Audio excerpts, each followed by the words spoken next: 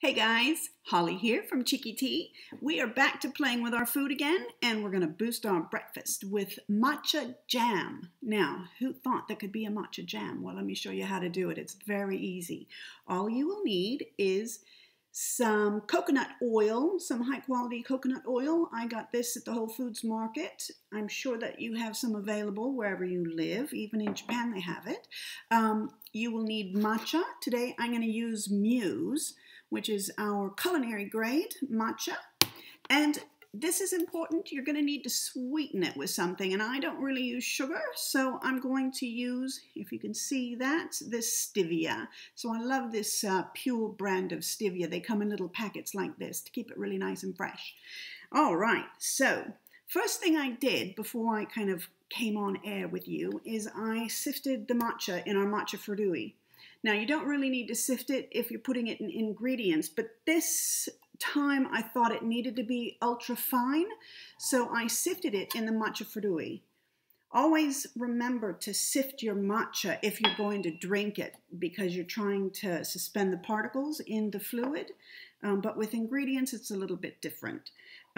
So what I did was I used the bamboo rake and I put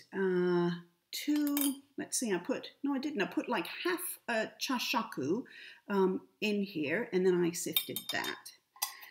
So what I will do now is I'm going to get a nice dollop of coconut. What do you call this? Coconut butter, I guess. So I'm going to use about that. Now, the thing about this matcha jam is you want to make it fresh every time because the matcha is quite sensitive, and you don't want to make a ton of this and then have to keep, leave it over.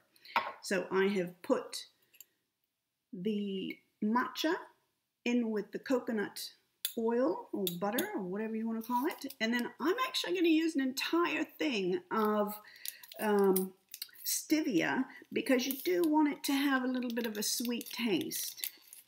If you do eat sugar, go ahead and use that, but I prefer the stevia, just a little bit healthier. And I'm using 2 spoons, and I'm basically mashing it in and mixing it all in there. A little bit hard to show you while I need 2 hands to do this, but you basically whip it up good. There you go. And it's very easy to whip up in there. And then I serve it in a bowl, just like this. And I always choose a cheeky spoon. So I am going to go with, I love my spoons. Hey, this looks like a good one right there. So this is my breakfast. Let's see if I can show that to you. Wonderful. So here's to boosting your breakfast. Enjoy and have a gorgeous day.